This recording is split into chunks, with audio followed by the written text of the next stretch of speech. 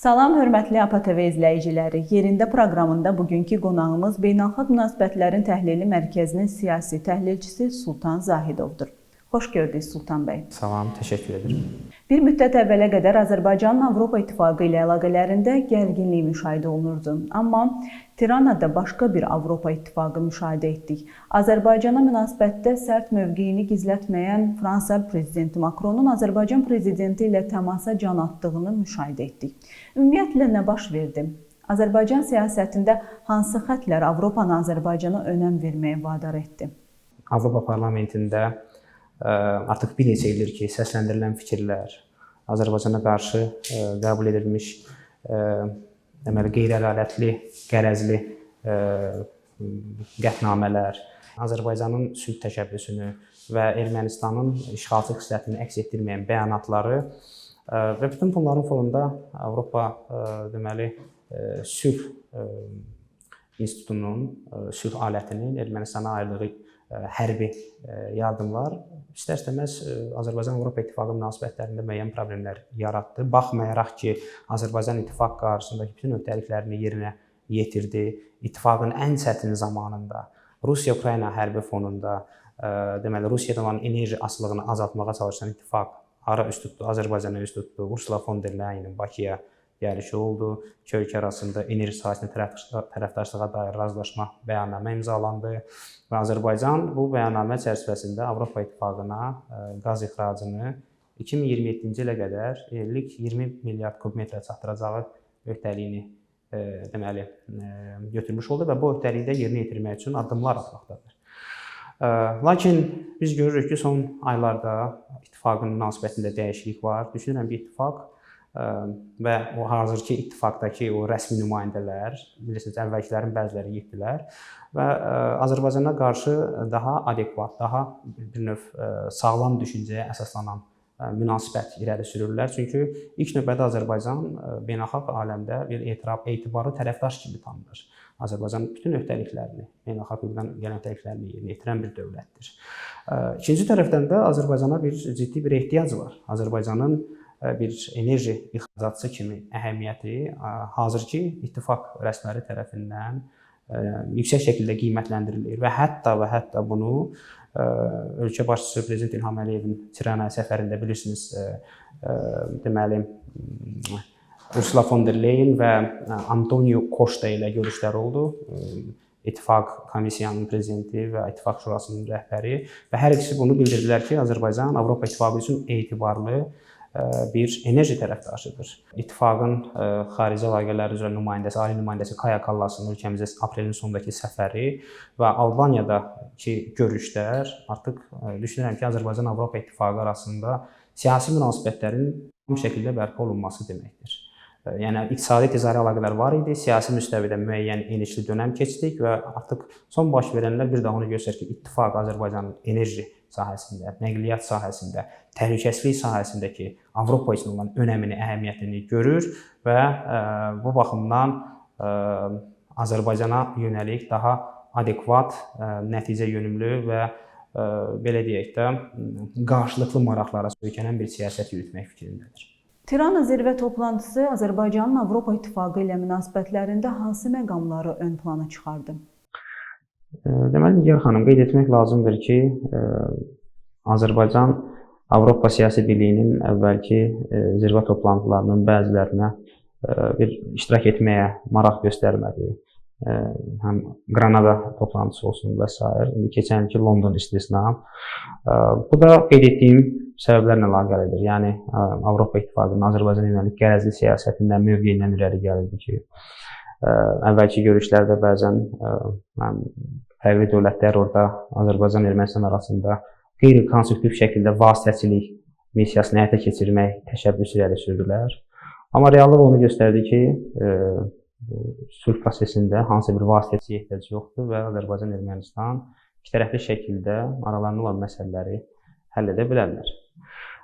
Amma indiki zirvə toplantısı, Tirana zirvə toplantısı və burada ölkə başçısının ən yüksək səviyyədə iştirakı, tədbir çərçivəsində ikitərəfli görüşlər həyata keçirilməsi, deməli Avropa İttifaqı Komissiyasının prezidenti Ursula von der Leyen və Avropa İttifaqı Şurasının rəhbəri Antonio Costa ilə görüşündə və bu görüşdə İttifaq deməli nümayəndələrinin səsləndirdiyi fikirlər bir daha onu göstərir ki, artıq Tirana zirvəsi əvvəlkilərindən Azərbaycanın çəkisinin, önəminin, statusunun tanınması, Avropa İttifaqı tərəfindən tanınması baxımından əhəmiyyət kəsb edir və bu Tirana görüşündə bilirsiniz, Azərbaycan İttifaqı arasındakı əlaqələrin fərqli aspektləri, o cümlədən nəqliyyat, enerji, investisiyalar, iqtisadiyyatın fərqli sahələrində əməkdaşlıq məsələləri həm çox tərəfli, həm də iki tərəfli şəkildə müzakirə olundu. İttifaq nümayəndələri Azərbaycan haqqında ölkəmizi həm etibarlı enerji tərəfdaşı kimi, həm də ölkəmizin ümumiyyətlə sabitliyin, sülhün təmin olunmasında roluna diqqət yetirdilər. Bilirsiniz, Azərbaycan son vaxtlar ölkələr arasında, fərqli ölkələr arasında bir sülh platformasına çevrilib. Buna misal olaraq elə ölkəmizin İsrail və Türkiyə arasında bir platforma rol oynaması, hər iki ölkə arasındakı danışıqlar prosesinə dəstək göstərməsi və bu İttifaq tərəfindən də yüksək qiymətləndirildi.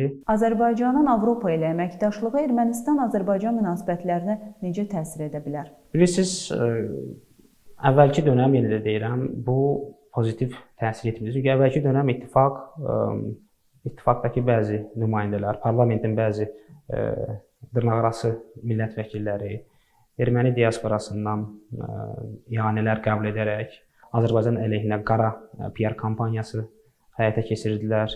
İttifaqın biz bilirik ki, bəzi nümayəndələri Ermənistana açıq-aşkar şəkildə Azərbaycan yönündə destruktiv mövqe sərgiləməyə təhdid edirdilər. Digər tərəfdən İttifaqın Ermənistan-Azərbaycan şərti sərhəddinə dırnaqarası monitorinq missiyasını göndərməklə bağlı qərar verməsi və bu monitorinq missiyasını sülhə töhfə vermək əvəzinə Azərbaycana qarşı binokl diplomatiyası həyata keçirməsi heç bir halda sülh prosesinə müsbət təsir göstərə bilməzdi. Əksinə, bu Ermənistanın təxribatlarını daha da alovlandıran bir addım kimi nəzərdən keçirilə bilər. Yəni, əvvəlki dönəm aydındır ki, destruktiv təsir göstərirdi bölgədəki sülh proseslərinə. Amma indi mən dediyim kimi Avropa İttifaqı Azərbaycan münasibətlərində yeni bir səhifə açılıb. İndiki mövqeyi ilə əvvəlki mövqe arasında fərq var. Əgər İttifaq özünün vəd etdiyi mövqeyə loyal qalarsa, yəni Kaya Kallas Bakıya səfərində bilirsiniz, bildirdi ki, Azərbaycan bizim üçün vacib tərəfdaşdır, Azərbaycanla münasibətləri daha dərinləşdirəcək. Yəni, İttifaq bu vədlərə sadiq qalarsa, düşünürəm ki, eyni zamanda Azərbaycan-Ermənistan sülh prosesi ilə bağlı səsləndirdiyi fikirlər ki, biz bu prosesi dəstəkləyirik və bu prosesin konstruktiv yolla bitməsi üçün hansısa bir töhfə verməyə hazırıq. Bu vədlər reallaşarsa, düşünürəm ki, Azərbaycan-Ermənistan sülh prosesinin sürətlənməsi istiqamətində onların hansısa bir müsbət töhfələr ola bilər. Sözsüz ki, danışıqlar düşünürəm ki, bir tərəfli qaydada davam edəcək. Yəni, bu bizim üçün ən optimal formatdır. Bugünə kimi bunun biz faydalarını gördük. İndi, yəni, baxmayaraq ki, sülh mətninin maddələri razılaşdırılıb, yerdə qalan məsələ Ermənistanın iki şərti yerinə yetirməsidir. ATƏT Minsk qrupunun ləğvi məsələsi və konstitusiyanın dəyişdirilməsi. Və bununla bağlı Avropa İttifaqının Ermənistanı düşünürəm ki, müəyyən təzyiqlər olmalıdır, müəyyən tələblər olmalıdır Ermənistandan ki, bu şərtləri yerinə yetirməkdə Ermənistan yubanmasın, hansısa bir gizli məqsədlər güdməsin, hansısa geosiyasi konjunkturanın gələcəkdə dəyişməsi ümidinə bel bağlayaraq prosesi yubatmasın. Yoxsa bu prosesin yubanmasından onsuz da ən böyük ziyan məhz Ermənistanadır. Çünki bilirsiniz, sərhədləri bağlıdır, həm Türkiyədən, həm Azərbaycandan və əgər bugün Ermənistan Avropa İttifaqına inteqrasiya olmaq xəttini yürüdürsə, ki, bilirsiniz, Ermənistan parlamenti qəbul etdi Ermənistan İttifaqa üzvlük niyyəti ilə bağlı qətnaməni. Belə olan halda Ermənistan üçün Azərbaycan və Türkiyə ilə o cümlədən diplomatik münasibətləri bərpa etmək, sülh prosesini sonlandırmaq düşünürəm ki, vacib şərtlərdən biri kimi olmalıdır və İttifaq da bu məsələdə Ermənistana öz tələblərini irəli sürməli. Azərbaycan Avropanın enerji təhlükəsizliyində necə bir mövqe əldə edib? Ki biz yalnız qaz deyil, eyni zamanda alternativ enerjidən əldə olunan elektrikin Avropa İttifaqına təsis edilməsi ilə bağlı layihələr həyata keçirməkdəyik. Bu layihələrdən biri bilirsiniz, Qara dənizin dibi ilə naqilin salınması və bu naqil vasitəsilə Azərbaycan elektrikinin Avropaya deməli təchiz olunmasıdır. Və bu xətt artıq planlaşdırılıb ki, Özbəkistan və Qazaxıstandan gələcək və Xəzərin altından deməli keçən naqillə Azərbaycana gələcək bir digər layihə ilə birləşdirilməsi artıq irəlidə nəzərdə tutulmuşdur ki, bu bir daha Azərbaycanın həm Avropanın enerji təhlükəsindəki roluna, həm də ki, tranzit potensialına diqqəti yönəltməkdədir. Azərbaycan necə oldu ki, həm Çinlə strateji tərəfdaşlıq qurdu, həm də Avropa İttifaqı ilə münasibətlərini inkişaf etdirə bildi? Burada yenə deyirəm, bir sıra vacib faktoru qeyd etməliyik. İlk növbədə Azərbaycanın xarici siyasətində başlıca istiqamətlərdən biri bütün ölkələrlə, dünyanın böyük gücləri ilə, orta gücləri ilə, qonşu ölkələrlə, uzaq dövlətlərlə siyasi, ticari, iqtisadi münasibətlərin qurulması və sözsüz ki, Çin bugün biz bilirik ki, dünyanın aparıcı güclərindən biridir.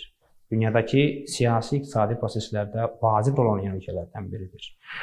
Eyni zamanda Çinlə Azərbaycanı birləşdirən bir xeyli ümumi maraqlar var. Bunlar investisiyalar, nəqliyyat, enerji və fərqli sahələrdə əməkdaşlığı özündə ehtiva edir. Çinin irəli sürdüyü bir kəmər, bir yol layihəsinin ən böyük dəstəkçilərdən biri məhz Azərbaycandır. Çünki orta dəhliz bir kəmər, bir yol layihəsinin orta dəhlizin bir kəmər, bir yol layihəsindən uzlaşdırılması məsələsi aktualdır ki, buradan da Azərbaycanın əhəmiyyətinə böyük bir pay düşməkdədir. Yəni burada Çinlə Azərbaycanın maraqları üstə düşür. Söhbət Çin-Avropa nəqliyyat və əlaqələrinin genişləndirilməsi məsələsindən gedir. Digər tərəfdən də Azərbaycan Avropa İttifaqının da artıq uzun illərdir etibarlı bir tərəfdaşı olmuşdur ki, bu Azərbaycana hər iki istiqamətdə əlaqələrini genişləndirməyə, yeni üfüqlər açmağa, yeni sahələrdə əməkdaşlıq etməyə imkan verməklə yanaşı, həm də hər iki mərkəzin bir-biri ilə olan əlaqələrinin, ticarətinin dərinləşdirilməsinə töhfə olmaq imkanı verir. Bir tranzit ölkəsi kimi bilirsiniz, Azərbaycan son illərdə öz tranzit potensialını xeyli inkişaf etdirmişdir. Bakı-Tbilisi-Qars dəmir yolunun nəqliyyat tutumunun artırılması, ondan başqa deməli dəniz limanının nəqliyyat ümumiyyətlə tutumunun, yük tutumunun artırılması. Yəni bütün bunlar hər biri onu göstərir ki, ölkəmiz tranzit potensialını böyütmək niyyətindədir. Çünki tələb də böyüyür. Avropa-Çin arasında ticarət böyüdükcə bilirsiniz, Rusiya-Ukrayna hərbi həm də şimal dəhlizinin səngiməsinə gətirib çıxartdı ki, burada da orta dəhlizin əhəmiyyəti artır ki, Azərbaycan məhz bu səbəbdən də bu tələbi nəzərə alaraq öz deməli logistik infrastrukturunu təkmilləşdirmək üçün layihələr həyata keçirir. Yəni xərclər qoyur ki, nəticədə ölkəmizin tranzit imkanları genişlənsin, Çin-Avropa arasında nəqliyyat əlaqələr daha da böyüsün və bundan da bütün region, bütün Avrasiya regionu qazanmış olsun. Bölgəyə sülh gəlsin, inkişaf gəlsin və sabitlik gəlsin. Bizim istəyimiz bundan ibarət. Sultan bəy, Azərbaycan-Çin münasibətləri Avropanın maraqlarına necə təsir edir? Bilirsiniz, az öncə də qeyd etdiyim kimi, mən düşünürəm ki, hal-hazırda Azərbaycan-Çin münasibətləri əslində müəyyən mənada Avropanın da marağında olmalıdır. Çünki bu münasibətlərin inkişaf etdirilməsi həm də Azərbaycana Avropa-Çin arasında bir tranzit ölkə kimi statusunun, imkanlarının daha da geniş böyüməsinə vəsilə olacaqdır. Mən Almaniya prezidentindən sitat gətirdim. Yəni Almaniya-Çin arasında ticarətdə Azərbaycanın rolu. Yəni əgər siz sırf Avropa İttifaqı ilə Çin arasındakı problemlərə işarə edirsinizsə, düşünürəm ki, o problemlər sadəcə Avropa İttifaqının daxilindəki iqtisadi məsələlərlə əlaqədardır. Yəni Çin məhsullarının ittifaq daxilində yerli malları sıxışdırması dan irəli gəlir ki, ona görə də məhz ittifaq Çinə müəyyən gömrük rüsumları tətbiq edir. Amma indi biz görürük ki, ABŞ-Avropa İttifaqı münasibətlərində müəyyən zədələnmələr baş verməkdədir. Bilirsiniz, Donald Trump ittifaqa qarşı gömrük rüsumları, düzdür, bunlar sonradan donduruldu, amma müəyyən problemlər var.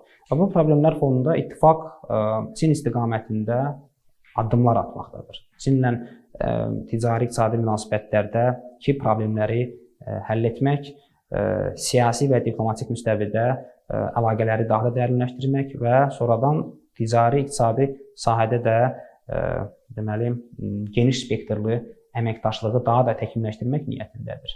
Və burada da yenə də Azərbaycan yerə düşür. Yəni, adicə elə bir xəritəyə baxsaq, nəzər salsaq kifayətdir ki, Avropa İttifaqından Çin arasında ticarətdə bu ittifaqdan ixrac olunan tranzit yükləri ümumiyyətlə hansı marşrutla Çinə gedə bilər? Aydın məsələdir ki, şimal marşrutu təhlükəlidir. Orada hələ Rusiya-Ukrayna müharibəsi gedir. Cənub marşrutu dənizlər üzərindən, Qırmızı dəniz, o Yəməndə Hüsilər o regionu, Ənsər Allah qruplaşması o regionu təhdid altına alır. İstər-istəməz o cənub yolu da təhdid altındadır və burada da artıq orta yol seçiminə Avropa İttifaqı üstünlük verməlidir ki, burada da ağla gələn Türkiyə, Azərbaycan və Mərkəzi Asiya dövlətləridir ki, bu baxımdan Azərbaycan-Çin əlaqələrinin inkişafı düşünürəm ki, indiki geosiyasi konjunkturada Avropa İttifaqının da maraqlarına uyğun bir ssenaridir. Belə hörmətli tamaşaçılar, xatırladım ki, yerində proqramında bugünkü qonağımız Beynəlxalq Münasibətlərin Təhlili Mərkəzinin siyasi təhlilçisi Sultan Zahidov idi. Sağ olun, salamat qalın.